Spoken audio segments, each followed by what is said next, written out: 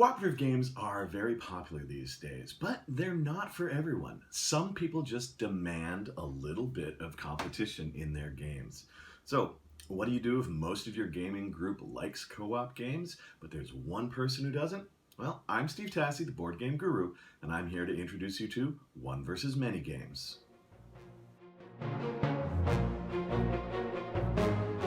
Unlike purely co-op games where everyone is working together towards a common goal, or hidden trader games where one or more randomly determined players are working as traders against the rest of the group, One versus Many games openly pit one player against the rest of their friends. One player takes on the role of the mastermind or the nemesis and tries to outwit the other players.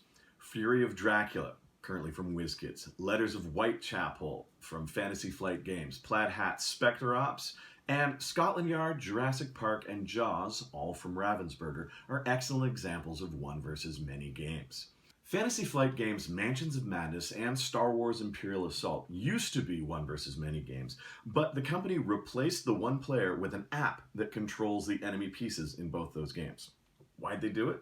Well, to be honest, it was an awful lot of work to be the one in those games and not a whole lot of fun. A good One versus Many game is just as much fun for the one as it is for the many. A common element in One versus Many games is hidden movement. Of all the games that I've just listed, Jurassic Park Danger is the only one that doesn't use hidden movement, and even it has the sneak ability, which allows players to temporarily hide where they're going. Many games use pen and paper to track the location of the nemesis player, but Fury of Dracula, at least the second and further on editions, use an ingenious card-based system. Dracula has a deck of cards that contains one card for each location in the game that he can visit. Every time he moves to a new location, he puts a new card face down in the path. If a hunter player enters a town that is where Dracula has been, that card gets revealed, and the number of cards between it and Dracula's current location tell the hunters just how far away they are. Now, once this trail gets to 6 locations long, then the older locations start to drop off the end and they go back into Dracula's deck to potentially be visited again. In most pen and paper versions of hidden movement games, the nemesis player is required to surface occasionally and let people know where they are.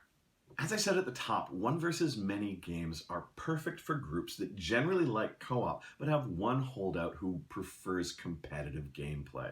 The co-op fans take the many and they get to work together to beat the one, while the competitive player gets to pit their mind and skills against the rest of the group, ensuring an enjoyable gameplay experience for all. Most One versus Many games also have the added advantage that they generally work at least passably well for just 2 players, so for people who enjoy the head-to-head challenge, they can play these games as well. One versus Many games are one of my favorite styles of game because in my group of gamers, the not-so-secret Secret Alliance against Steve is so common that pretty much every game turns into a One versus Many game with me being the one. At least in a true 1v Many game, I at least get the skills to properly tackle my friends and hopefully crush their feeble minds. Fury of Dracula is one of my all-time favorites. I have played every edition that's come out since the 80s, and since Jaws is one of my all-time favorite movies, I'm super glad that I've been able to add this one to my collection. What's your favorite One versus Many game? Let me know in the comments below. I'm Steve Tassi, the board game guru. Happy gaming.